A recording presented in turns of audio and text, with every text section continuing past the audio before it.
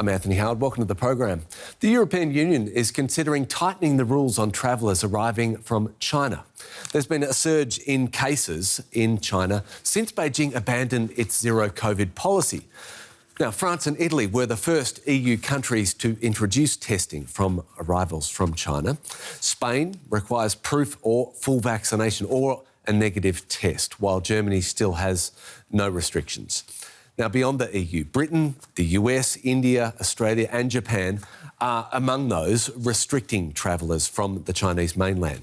Beijing calls the rules discriminatory, despite the rise in infections. A Shanghai hospital pushed to the brink. Doctors working around the clock to save patients after the relaxation of the so-called zero COVID policy led to a spike in coronavirus infections. Yet, even as hospitals strain, many Chinese are heading abroad after years of not being allowed to travel, stoking fears that if a new variant were to emerge, there would be no containing it. In December, half the passengers on 2 flights to Italy were later found to have COVID. Italy started testing all arrivals from China. As more countries joined in, China's foreign ministry pushed back. The entry restrictions adopted by some countries targeting China lack scientific basis, and some of these excessive practices are unacceptable. We are firmly opposed to attempts to manipulate the COVID-19 measures for political purposes and will take countermeasures.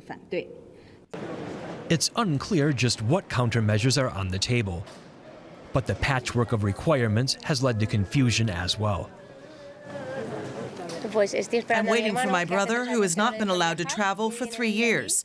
He is coming from China and didn't know anything about the testing. We had to tell him before he boarded to be careful, because they were going to do a PCR on arrival. It's been 3 years since the coronavirus started its trip around the world, and the end of the journey is still not in sight. Well, European Union officials are meeting today to discuss a coordinated response to the surge in COVID-19 infections in China. And joining me now is DW Brussels Bureau Chief Alexandra von Namen. Alexandra, good to see you. Why is the EU so concerned at this point? Well, Anthony, there are multiple factors at play here.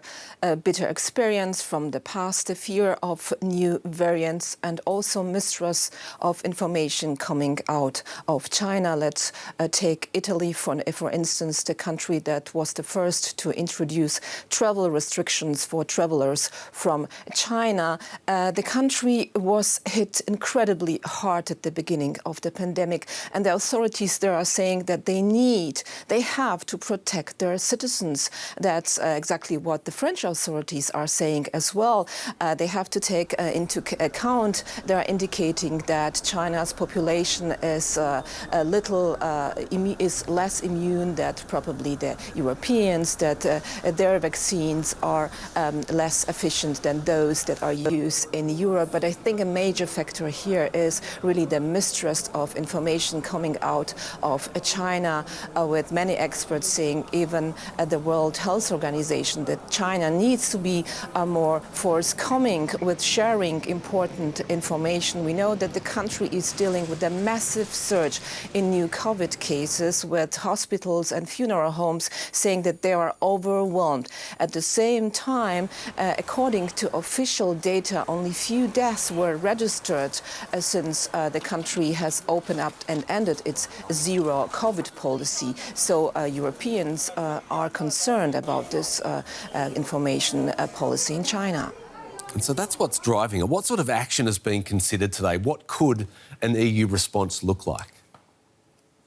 Well, there are different proposals on the table, and I'm told by officials here in Brussels that the majority of EU member states is in favor of introducing pre-boarding tests for all travelers before they leave China.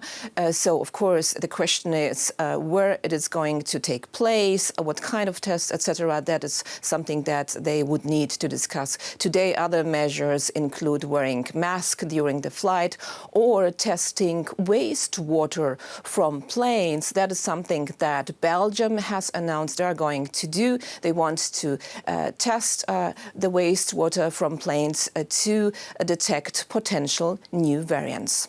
That's only early days, but how likely is it that they will agree to any measures and find a solution that everyone agrees on?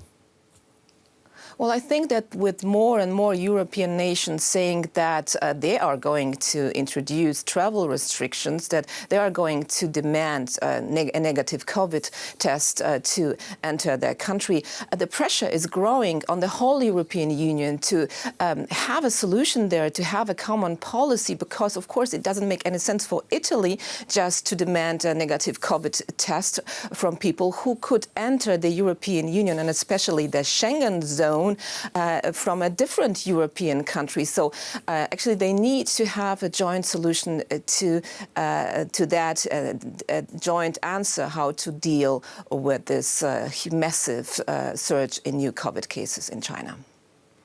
DW Brussels Bureau Chief Alexandra von Namen, thank you. I asked Dr. Deepti Gurdasani, who's an expert on epidemiology and global health at Queen Mary University in London, if it makes sense to impose mandatory testing for people arriving from China. I think while it's really important to surveil the variants that might be emerging or growing within China, this sort of patchy pre-departure testing is unlikely to make a difference in terms of slowing the import of any new variant, unless there are also domestic measures in place. Essentially, it seems that there is sort of targeting of pre-departure testing for China, not for other countries where we know there are really concerning variants growing, for example, in the US and in many parts of Europe. And also there are very few domestic measures. So we know that pre-departure testing is not going to keep all variants in all cases out. So when they do enter domestically, what happens then? There are no measures to prevent spread. So anything that comes in will spread rapidly within the community. And the threat isn't just from China. I mean, there are variants growing and becoming dominant in parts of the world like the US that are highly immune evasive and highly transmissible. So it makes no sense to have very patchy policies targeting some areas and not others, and when there are no domestic measures in place in many countries. You've talked about variants, about the explosion in cases. We're 2.5 weeks away from China's Lunar New Year celebrations, which is peak travel season in the country. Is that likely to see infection rates skyrocket further? Absolutely. I mean, anything that involves people socializing, coming into contact for a virus that, transmits through the air poses a huge risk. And with the level of contact and socializing seen in festivities around the lunar year, I mean, it's very important that people take precautions given where China is already. I mean, we don't have the full data that's coming out of China, but one would assume that they're seeing a huge surge in cases, and the risk of transmission with high levels of contacts would potentially make this even worse and increase the burden on healthcare services. Yeah, I wanted to talk about these concerns that China is underreporting its COVID deaths. How worried should we be about this? I mean, to me, that's potentially the most worrying part of this, the fact that we can't rely on data that's coming out of China at the moment. And we don't know the level of pressure there is on healthcare, the level of spread that's happening. I mean, were there more transparency around this and more sort of information being shared by the government? I think it is a global crisis, and in a global crisis, we need rapid sharing of information. And without that, it's very hard for us to sort of respond globally in a coordinated manner. And we don't know what the next risk is going to be if we can't depend on countries to share data freely. So not enough information. We have a country of nearly 1.5 billion people living with COVID. We know many people are refusing to be vaccinated, and those who are vaccinated have the Chinese vaccines that are less effective than the mRNA vaccines available in the West. What scenario are we heading towards here? Or, as you suggest, do we just have no idea what we're heading for?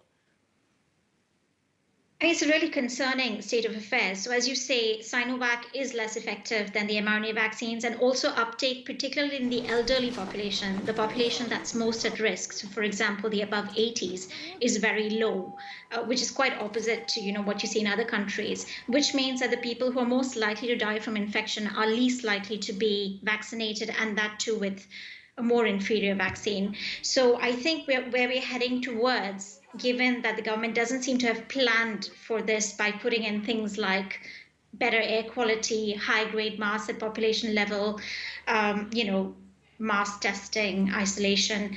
I think we're heading towards huge pressure on healthcare services and mass death. But not just that, even the long-term effects of COVID in terms of post-COVID complications and heart disease, strokes, clotting, etc., will be felt for a very, very long period in time. And yes, there's a huge criticism of the Chinese government in terms of mRNA vaccines, but I also want to point out that the West did not support waivers of licensing of patents on mRNA vaccines, which has limited the access to low and middle income countries. So that's something that needs to be revisited. And the entire blame cannot be laid at the hands of the Chinese government, but also the hoarding of vaccines and opposition to patent waivers by the West. Dr. Deepti Godasani, expert on epidemiology and global health. We'll have to leave it there, but thank you so much. Really interesting.